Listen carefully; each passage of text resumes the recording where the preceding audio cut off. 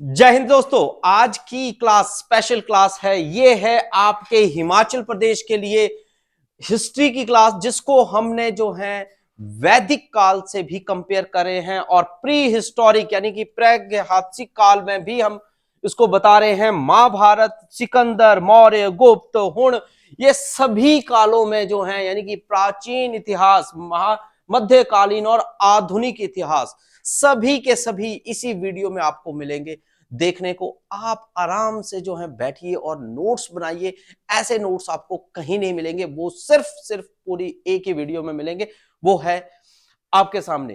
तो ये है हिमाचल प्रदेश का प्राचीन इतिहास, जिसमें जो है हमने इतिहास को पिछली वीडियो में ये देखा था या क्लास में देखा था कि इतिहास को हमने हिमाचल के अलग अलग स्रोतों से लिया, चाहे सिक्कों से लिया, चाहे हमने शिलालेखों से लिया, कईयों के जो हैं लिखे हुए जो उनकी किताबें थी तो उनसे उठाया था। तो हमने ये बताया कि हिमाचल प्रदेश को जो है वो हम क्या बोलते हैं, देवभूमि भी बोलते हैं, क्योंकि ये हिमालय के क्षेत्र है। ठीक है जी। अब इसके बाद हमने जो है हिमाचल को 3 भागों में बांटा है, जिसमें हमारा सबसे पहला आ जाता है प्राचीन इतिहास।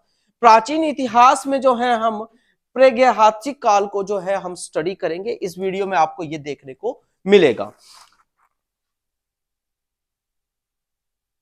इस काल में क्या है, लिपि का विकास नहीं हुआ था, यानी कि जब यहां पर भी हम जो है आदिवासी की तरह ही रहते थे, ठीक है, झिंगा लाला कर रहे थे, तो उस वक्त हम किसी भी लिपि से परिचित नहीं थे। तो उस काल को हम प्रागैतिहासिक काल कहते हैं। ठीक है जी। और इसमें जो है पुरातात्विक खोजें की गई, यानी कि पुरानी पुरानी चीजों को खोजा भी गया है। ठीक है जी। तो इसमें पाषाण युग का भी प्रतीक इसको माना गया है। इसमें हमें मनुष्य के पत्थरों के औजारों का जो इस्तेमाल करते थे, यहां से ये इसके साक्ष्य मिले हैं, सबूत मिले हैं कि भैया हिमाचल में भी जो है वो ओल्ड यानी कि पुराने जमाने में रहते थे आदिवासी, यानी कि हम वैसे ही उसी टाइप के रहते थे। ठीक है। अब प्रागैतिहासिक काल को जो है हमने 3 भागों में बांटा है। कौन कौन से भाग हैं? पूरा पाषाण काल है, मध्य पाषाण काल है और नव पाषाण काल है। जैसे आपकी सिंधु घाटी सभ्यता हुआ करती थी, उसी प्रकार से हिमाचल की भी सभ्यता को प्रागैतिहासिक काल में जो है हमने कब से बांटा है, 25 लाख से लेकर 10,000 ईसा पूर्व तक का समय माना है। सिंधु घाटी सभ्यता के लिए आपने कमेंट कर देना है कि आपको क्या लगता है कि सिंधु घाटी सभ्यता का जो पहला काल था, यानी कि पूरा पाषाण काल जो था, वो कब से कब तक था। मध्य पाषाण काल का बात करूं तो वो 10,000 से लेकर 8,000 ईसा पूर्व का है और नव पाषाण का 8,000 से लेकर 4,000 साल के बीच के समय को जो है वो दिया गया है। इसी में अगर मैं बात करूं कि पाषाण काल में स्टोन एज है, जब एक स्टोन मतलब इसीलिए बोल रहा है क्योंकि उस वक्त हम औजारों का इस्तेमाल जो करना था तो उस वक्त पत्थरों का इस्तेमाल करते थे, तो पत्थरों से ही बात कर रहे हैं। ठीक है जी।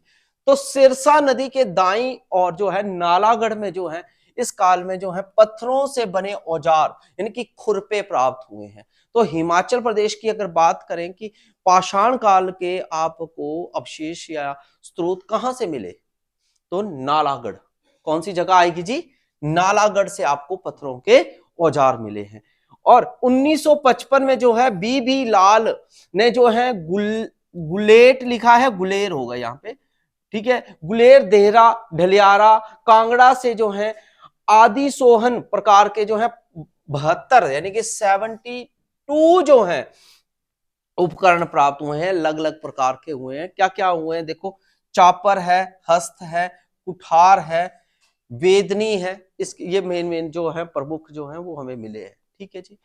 और इसके बाद है जी सी महापात्रा ने जो है सिरसा नदी ही आएगी, ये आपके नालागढ़ की ही बात कर रहे हैं, घाटी और कांगड़ा के उत्तर में जो है पाषाण काल के पत्थरों के औजार मिले। पर सबसे पहले औजार कहां पर मिले हैं बेटा?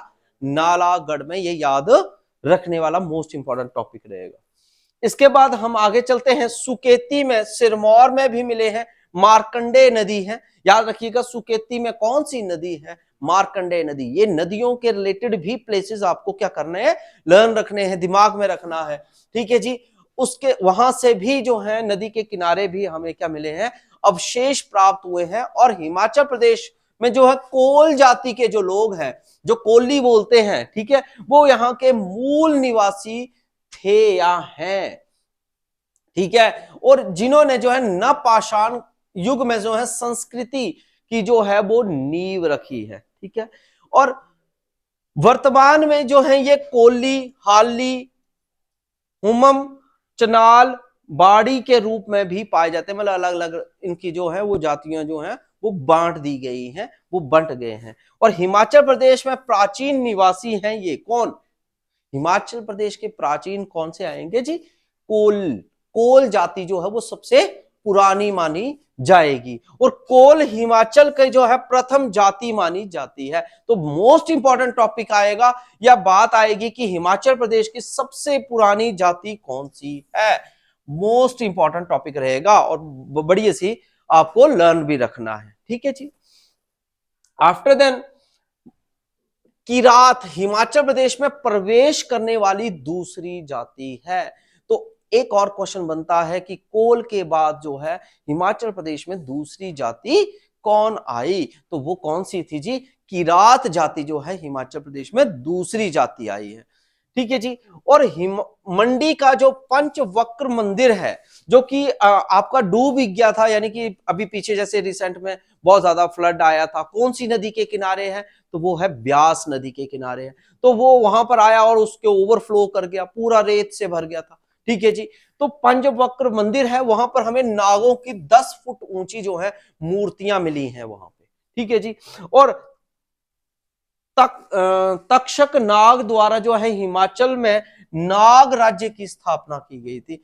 तो अगर आपसे ये क्वेश्चन पूछते हैं कि नाग राज्य की स्थापना किसने की, तो आपका आएगा तक्षक नाग।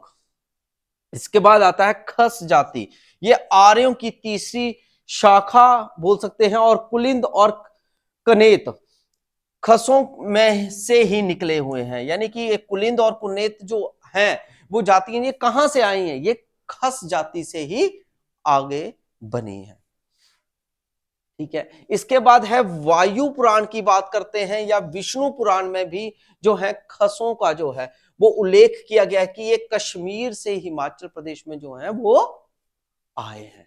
कहां से आए हैं ये खस? कहां से आए हैं? कश्मीर से आए हैं। और ये किसने कहा है? क्वेश्चन ये बन सकता है। तो ये वायु पुराण और विष्णु पुराण में जो है वो लिखा गया है कि खस जाति के जो लोग हैं वो हिमाचल में जो है वो कश्मीर से आए हैं। तो ये थी हमारे प्रागैतिहासिक काल के, जिसमें पाषाण काल मैंने आपको इसमें बताया है। इसी प्रकार से हम नेक्स्ट वीडियो में वैदिक काल को देखेंगे। तब तक के लिए जय हिंद, जय भारत, जय हिमाचल।